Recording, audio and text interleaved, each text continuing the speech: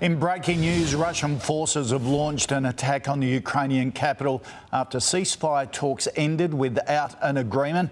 Live now to 7 News chief reporter Chris Reason on the ground in Kiev. Chris, what's happening there now?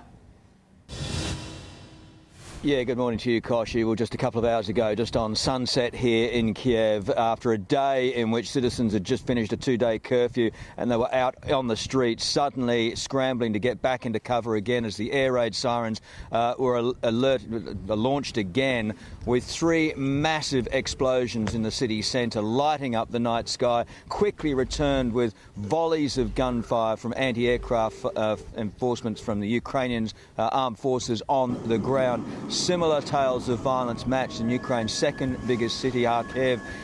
Dozens killed there in rocket attacks, many of those civilians. And all of this on a day that was themed around peace talks on the Belarusian-Ukrainian border, with officials from Ukraine and Russia finally talking.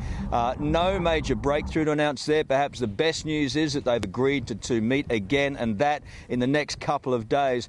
Talks as well between French President Emmanuel Macron and the Russian President Vladimir Putin, 90 minutes on the phone, and Macron reporting afterwards that Putin had agreed to commit to stop targeting civilians and civilian infrastructure.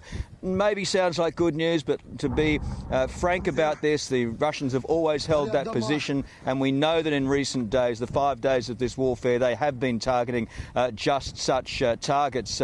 We've seen orphanages, schools and residential buildings hit by their armed forces in this invasion on the ground. One black humour moment to end this day on. Koshi, we've heard a lot about the Molotov cocktails that the locals have been making in preparation to meet Russian troops. Well, now a local brewery has ceased operations making beer and is now making Molotov cocktails, manufacturing them.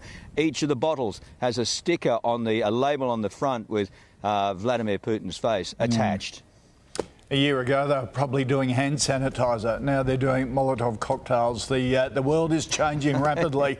All right, Exactly. Rezo, thank you for that. Keep us updated.